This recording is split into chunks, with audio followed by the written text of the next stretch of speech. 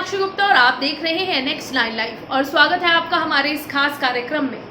बॉलीवुड की दिवंगत एक्ट्रेस फरीदा जलाल आए दिन सुर्खियों में बनी रहती हैं। अभी हाल ही में पिछले महीने ही फरीदा जलाल ने अपना जन्मदिन मनाया है और इसके बाद से ही फरीदा जलाल के लगातार कई किस्से सुर्खियों में बने हुए हैं। हाल ही में फरीदा जलाल ने राजेश खन्ना से जुड़े कई राजों का खुलासा किया था और अब इसके बाद ही हम आपको बताने जा रहे हैं फरीदा जलाल से जुड़ी हुई कुछ अहम बातें। क्या है वो फरीदा जलाल से जुड़ी अहम बातें, हमारी इस खास रिपोर्ट में देखिए। फरीदा जलाल एक एक्ट्रेस जो अपने करियर के शुरुआती दौर में ही टाइप कास्ट कर दी गई, या तो बहन के रोल के लिए या फिर हीरो की वो मंगेतर जिसे ठुकरा कर हीरो हीरोइन का हो जाता है।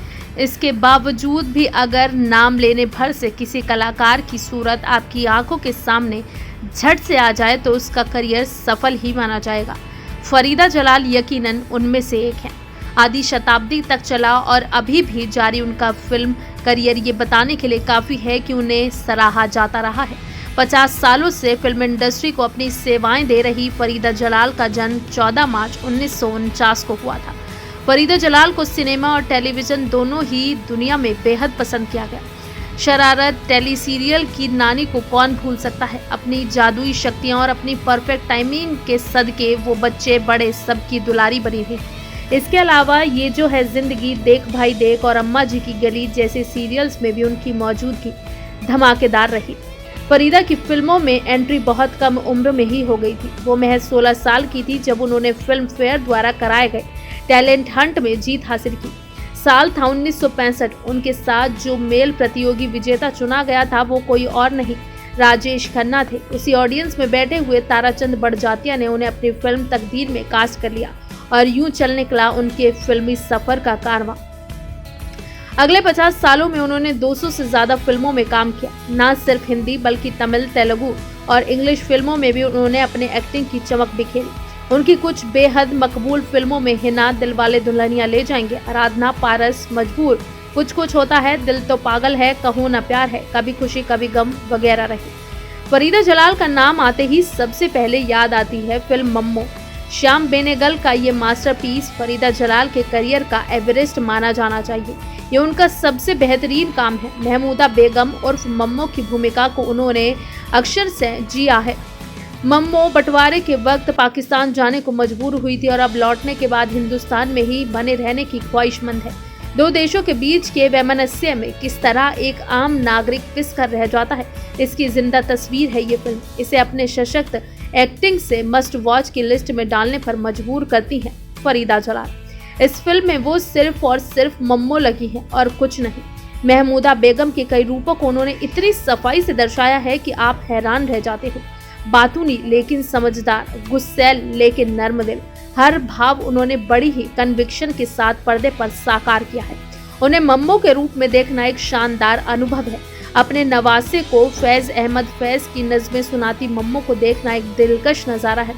फैज को गुनगुनाते वक्त मम्मो के चेहरे के एक्सप्रेशंस अनमोल हैं। वो आंखों में उभर आई चमक, वो ख्वाबिदा लहजा आपको सम्मोहित कर लेता है। इस फिल्म के लिए उन्हें बेस्ट परफॉर्मेंस का क्रिटिक्स अवार्ड भी मिला था। फरीदा जलाल की कुछ यादगार भूमिकाओं को चलिए आज याद कर लेते हैं। मम्मो। सबसे पहले तो मम्मो का ही एक सीन देखिए। मम्मो अपने नाती रियाज को वो पार्टीशन के वक्त की सूरत हाल बता रही है। रियाज पूछता है, तुमने जहन्नुम देखा है? हाँ बेटा, इन्हीं आंखों से देखा है। खुदा वो वक्त फिर कभी ना दिखाए। फिर आगे अपनी हिजरत को बयां करती मम्मो और बैकग्राउंड में गूंजती चीखो पुकार अपनी जमीन के करबला बन जाने की दहशतनाक याद मम्मो के चेहरे के जर्रे जर्रे से टपकती है। बावजूद उन दहलाने वाली यादों के मम्मो अपने नवासे में उम्मीद का, हौसले का सिरम इंजेक्ट करना नहीं भूलती। गालिब का शेर सुनाती है, रंज से खूंगर हुआ इंसान तो मिट जाता है रंज, मुश्किलें इतनी पड़ी मुझ पे कि आसा हो गई। दिलवाले दुल्हनिया ले जाएंगे। भारतीय सिनेमा के इतिहास में सबसे ज्यादा चलने वाली फिल्म में फरीदा जलाल के रोल को कौन भूल सकता है। सिमरन की दोस्त जैसी मां की भूमिका में उन्होंने एक फ्रेशनेस डाल दी थी। अपनी बेटी के सपनों की उड़ान से उसे इत्तेफाक है, लेकिन जमीनी हकीकत से वो भी खूब वाकिफ है। जब राज और सिमरन के बीच के रिश्तों को वो भांप लेती है तब वो एक बेहद बोल्ड रुख अख्तियार करती है। ऐसा कदम उठाती है जो एक मिडिल क्लास भारतीय माँ के लिए दुनिया उलट देने जैसी बात है। अपनी ही बेटी और उसके बॉयफ्रेंड को गहने की पोटली देकर कहना कि यहाँ से चले जाओ, ये नज़ारा भारतीय परिवारों में लगभग असंभव है। इसलिए इस सीन में जब फरीदा जलाल बेटी की खुशी के लिए क्रांतिकारी कदम उठाने की सोचती है तो वो सीन जहन में सहेज कर रखने लायक बन जाता है। तीसरा सीन मुख्तसर है लेकिन पावरफुल है। फिल्म है पिंजर। इस फिल्म में फरीदा जलाल का रोल कुछ खास लंबा नहीं, बहुत छोटा है, लेकिन फिर भी इन पंक्तियों के लेखक को वो इस फिल्म के लिए याद आई, इसका मतलब है उस एक सीन में कुछ बात जरूर होगी। दरअसल वो सीन कम महज एक डायलॉग है। अदला बदले की शादी में एक तरफा वालों की लड़की का अगवा हो गया है, लेकिन शादी तो होनी ही है, तो वो लड़की वालों से मिलने जा रहे अपने पति से कहती है, सुनिए जी, एक ढेला भी उनसे ना लेना और कहना कि उंगलियों पर गिन सके इतनी ही बाराती आएंगे। उनके यहाँ अमावस हो तो हम पूनम नहीं मनाएंगे। इस बात को कहने के लिए जिस संवेदनशीलता की जरूरत होती है वो फरीदा के चेहरे पर पूरी तरह नुमाया पाएंगे आप। यही उनकी जीत है। इसके अलावा फिल्म हिना में उनके लेडी हकीम के रूप को भी काफी एंजॉय किया जा सकता है। नॉन स्टॉप बोलती जाती बातूनी बीबी गुल के इलाज में दवाइयों के नुस्खे के साथ साथ मोहब्बत भी मिलती है। जाते जाते सुनिए फरीदा और काका पर फिल्माया गया वो गीत जिसे उधार लिया हुआ एक जुमला आजकल बहुत चर्चित है। आपने भी किसी न किसी से पूछा ही होगा पिछले दिनों, बागों में बहार है।